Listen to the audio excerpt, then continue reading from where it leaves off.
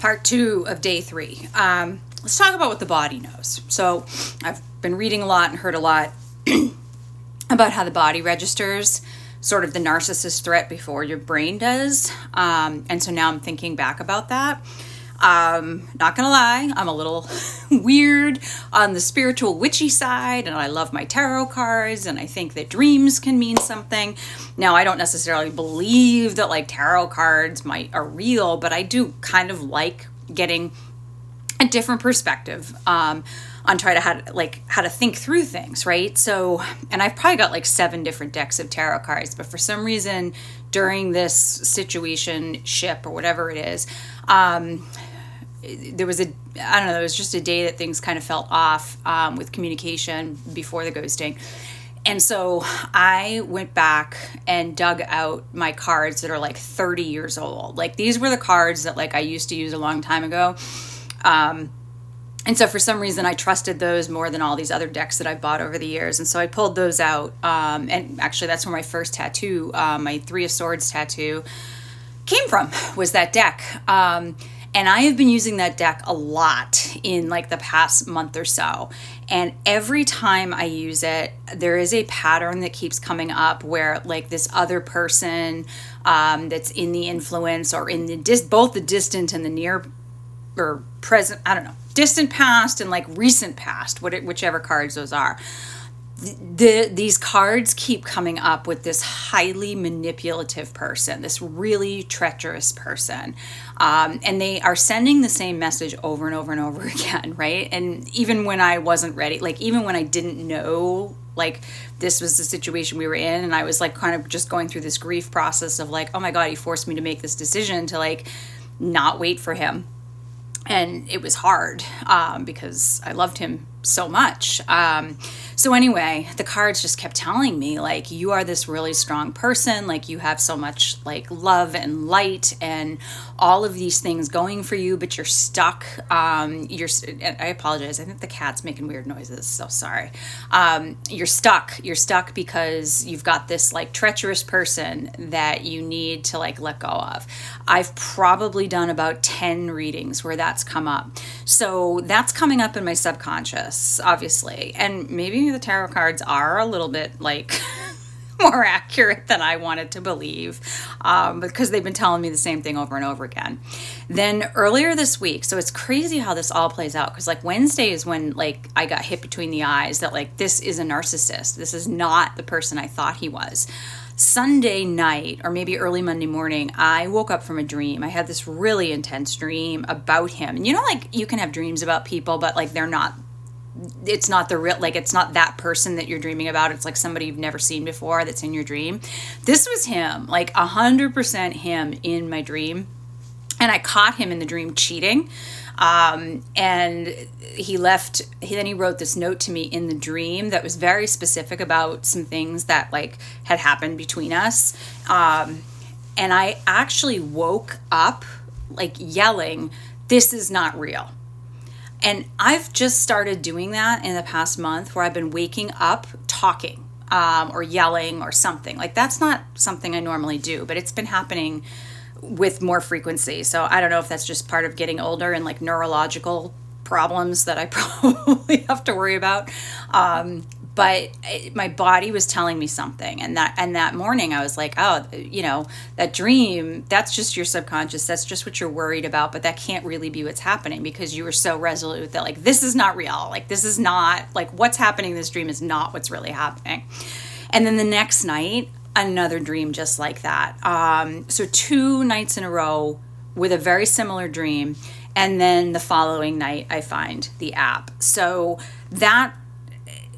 those are some things that like I am paying attention to, that like my body knew something before I did. My subconscious understood something before I did. And I wasn't looking for him when I went into this app. This is completely independent of him. I got my own weird stuff going on in the back. I mean, like he does his thing. I've got my thing. I'm not perfect. And I find it actually ironic that like I've learned how to do all these things from him. Although I'm not cheating on anyone or like doing that kind of nefarious stuff, but like yeah, having conversations with people and on disappearing apps. Guess who I learned that from? Guess who I learned this whole like dark side of life? All of it I learned from him. But that's also telling you that like I have my own demons and dark side and devilish things that I like to do. Like I said, I'm not perfect. There's a reason that this man captivates me. And it's part of it is because I get to do the things that I maybe don't do otherwise in front of other people, or I let loose. I get to be myself around him. I am more myself with him than I am with anyone, so that says something. But at any rate, the body knows some things. There's also something else that happened. We stayed together for, I don't know, like 3 days during a snowstorm. He took care of me, actually. We were in a hotel. We had separate rooms, but we stayed together most of the time. But we had separate rooms so that we could each work during the day because, like, where I lived was out of power. Like, he was protecting me, I guess. I don't know. That's a whole other set of videos. But we were staying together. And he had given me the digital key to his room so I could just come and go. But like I worked in my room during the day. And one night we were sleeping and he got up and left, which he's had some legit sleep issues for other reasons. But I didn't know where he was and I got nervous. And so when I went to go back to my room, I couldn't find my room key. So all I had was the digital key for his room, but I didn't have I didn't have my own room key. But I went down there just to check to see, and I could hear in my room, I could hear the TV was on. So he's in my room. He took my room key and went into my room and like was, I don't know, sleeping in there for some reason and had like left.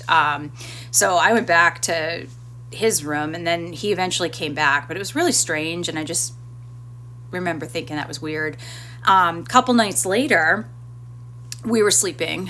We were in his room and I needed to get up. It was like 2:00 in the morning and I wanted to get up and go to my room for something. But I was coming back. Like I literally like walked through the hotel and down the stairs in my pajamas and my socks. I left all my stuff in his room. My purse was in there, my toothbrush, everything was in there because this is where I was staying and getting up in the morning. But I wanted to go down to my room and grab something and then come back up. So when I came back up, the digital key didn't work. And the only reason that would happen is if the door was deadbolted from inside, which means that he would have had to have gotten up out of bed and locked the doors from the inside. Which was crazy. So at first I was like, oh, it's like an internet thing or whatnot, or something went wrong, and I'm banging on the door and he's not answering. So then I start texting him because he sleeps with his phone. He doesn't miss a text. He's constantly on his phone. So I'm texting him and he doesn't respond. And then I start to have a panic attack because I'm like, okay, my purse is in there, my anxiety medication, like, the next day I was going to be working from my hotel room, but he was going to go into the office. So I knew that like I needed to get back in his room before he left to get my things. And so like I'm texting. Then finally I go back to my room. And I decide I'll call his room. Well, no, he had the phone blocked. Right. And so then finally I just went to sleep in my room after like a huge panic attack. And then I went to sleep. And then like the next morning I get these texts from him. They're like, what the fuck? Like, what happened? Where were you? Like, I don't know what you're talking about. Like, I didn't lock the door. I don't know. Come back up. And I come back up and he's like, I don't know what you're talking about. And I'm like, well, like the door was locked. Like you had to have gotten up and locked it. And he's like, I didn't. I was asleep the whole time. He's like, why didn't you call the room? And I'm like, I did, but the phone was blocked. And then like he was sort of like, I would never do that to you. And I felt awful because I'm like, I already have anxiety. And I was getting more of it with him, so the body knew something that I didn't know. And so I felt really bad that like, oh, I assume the worst of him as always, like I always do, and this is something he's trying to get me to stop doing. And so then I was like, oh my God, I should have known better. You would never do that. And I apologized more than once to like think the worst of him and be like, you would never lock me out of your room. And now that I look back on all of it, I guarantee you he locked that fucking door after I left. Rather than just say like, hey, you know what? I need some space. Can you go sleep in your room? Like, I don't care. Just tell me the truth.